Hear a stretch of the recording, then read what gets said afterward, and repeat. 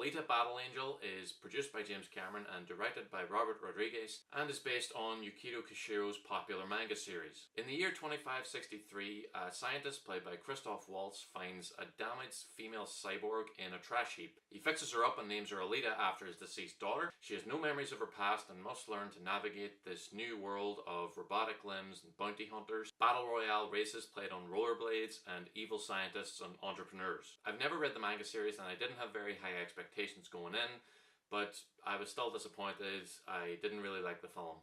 But I will say that I liked the visuals. I thought they were very impressive, and it's clear that a lot of money went into creating them. I thought that the score by itself was pretty good, and I could imagine myself listening to it on its own. I thought that Christoph Waltz was good. I think he's a really good actor, but unfortunately in recent years he's been very typecast as a villainous character, especially ever since Inglourious Basterds.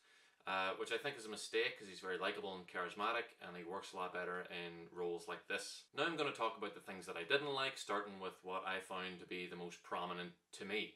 I hated the love interest in this. I thought he was incredibly boring and I didn't care at all whether the two of them got together. In fact, I kinda hoped that they wouldn't. The second he shows up on his futuristic motorbike with his leather jacket, I knew it was going to be awful. His lack of an interesting personality would be one thing, but he just always looks far too pleased with himself. Okay, so his one big dream, his deepest desire, is to leave the shitty Iron City and go to the rich city in the sky. And he keeps telling Alita this, and he keeps saying things like, the powerful prey on the weak down here, and how there's no justice for anyone, and just generally how bad life is in this world that they occupy. But he's always smiling.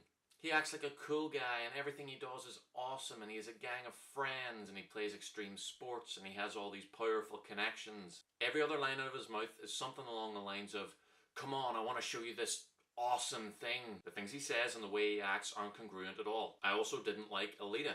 She's an entirely CGI character, which I didn't really mind, but the actress playing her just doesn't seem to be very good. I just don't think that it was a good performance. When she's being emotional or naive or trying to give a rousing speech, it just doesn't work at all. She's entirely unconvincing, and a lot of that is the voice and the acting, which just weren't strong enough. The two romantic leads are bad, but their romance is terrible. If you happen to have seen my Bumblebee review, I said in that I really liked the way it handled its romance. It was very realistic and restrained. The two characters only knew each other for a few days, so they only go as far as to establish that maybe there is something there that's a little bit more than friendship. This is the complete opposite of that. There are sweeping declarations of love all over the place. There's no doubt at all that these two characters are soon going to get together, so there are no surprises and no drama. There is literally a scene where Alita rips out her own heart and offers it to this guy to sell so he can achieve his dream of not being poor anymore. I hate it when films make me roll my eyes. It seemed like it was written either by or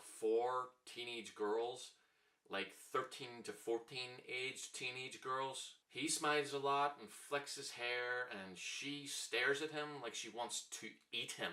It's really bad. Mahershala Ali, Jennifer Connelly and Edward Norton are completely wasted in this. Like I said before, the music was good by itself, but it was needlessly epic in scenes that didn't feel that way, especially early on, and it seemed really inappropriate in a lot of scenes. I normally don't like Ed Skrein. I think that's how you pronounce his name, but I didn't mind him here. I thought he was okay. He seems like he's having fun on the part. He seems like one of those actors who's really handsome, so they just keep putting him in things. But he might eventually turn out to be a good actor. But this is something that really annoys me in films and TV shows, and I see it all the time. Pretty boy is not an insult. It's a compliment. Just because you say it with a sneer on your face doesn't change that fact. I think that Alita herself is the fatal flaw of this film because I don't know what she wants. And I think that the main problem with the script is that what she wants changes from scene to scene. She wants to regain her memories, she wants to be a hunter warrior, she wants to go to the wealthy Sky City, she wants a new body, she wants to play the rollerball game, and then she wants to kill the bad guy. There's no natural progression from one goal to the next, so they're really hard to care about. I was mostly just bored. I didn't care about the characters or why they were fighting, so I didn't care about the action scenes. And I think that her being CGI is kind of a problem, because if it was a real person doing these things, it would have been impressive. I might have made up for the lack of compelling characters. Like there's a scene where she's doing this weird kind of yoga or gymnastics kind of thing, which would have been impressive if it was a real person, but it's just a CGI person bending, so I'm just not impressed by it. There's also a lot of slow motion flying through the air at each other during the fight scenes, which gets really tiring. I don't understand why Alita's face had to be CGI.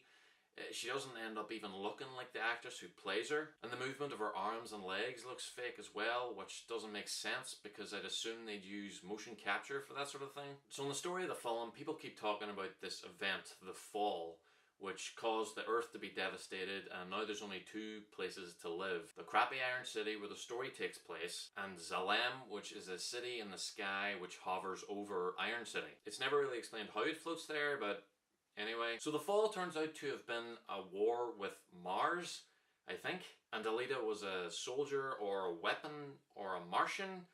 I'm not really sure. Also, everything from the music to the dialogue to the framing tells us that we're supposed to sympathize with Alita during these flashbacks. But if it was a war with Mars, wouldn't it be between Mars and Earth? And shouldn't we be on Earth's side? None of this is explained well. It could have been cool if it turned out that she was an evil cyborg that the Martians used as a weapon. But now she's changed and she's going to use her skills for good because she no longer has those memories. It also wasn't made clear how human she is and what cyborgs are. Are they people who have had so many enhancements that they might as well be robots, kind of like in Ghost in the Shell? Or are they manufactured from scratch, kind of like the replicants in Blade Runner?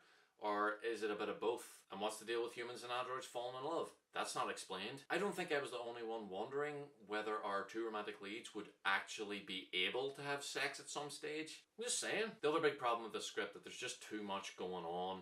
There's the extreme sport, the father-daughter relationship, the romance, the evil villain, the bounty hunters, a serial killer, and then her backstory. These are all good elements for a story and for world building, but the script just isn't strong enough to make it flow smoothly. The film's only about 2 hours, but it felt a lot longer. It's a 12 rated film, but it has some pretty dark stuff, like this thing that happens to Jennifer Connelly's character near the end of the film that's kind of extreme. I don't think that it would be appropriate for children under the age of 10. I like seeing Jeff Fahey in this, and I thought he had a cool look, and he has these robotic dogs, which is also kind of cool, but he shows up for one scene and is never seen again. I was kind of pleased with myself that I could recognize some of the actors in the more unrecognizable roles, because they have very CGI enhanced faces, like Jackie Earle Haley and Casper Van Dien and Aiza Gonzalez. There was also something about this film and the way that the rollerblade sports was shown that really made me want to watch Speed Racer again. I realised pretty early on that the film wasn't going to have enough time to wrap up all its story threads, and once they introduced the concept of a master villain who's controlling everything behind the scenes, I knew it was sequel baiting and that there probably wasn't going to be a satisfying conclusion, and I was right. I'm going to give Alita Battle Angel a C+.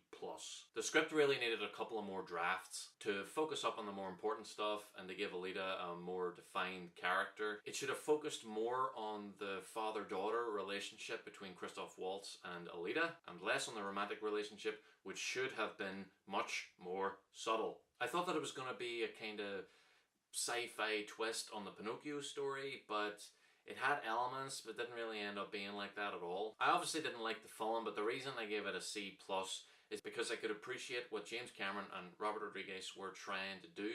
This seems much more like a passion project than a studio trying to use an established title as a cash grab, but it still just didn't connect with me. If you like interesting future worlds and lots of CGI action and interesting character design, then you will probably like this. You might get some enjoyment out of it, but I just didn't think that the story was good enough for me to get really invested in it. Thank you for watching my review. Please like and subscribe. It costs you nothing. It really helps me out.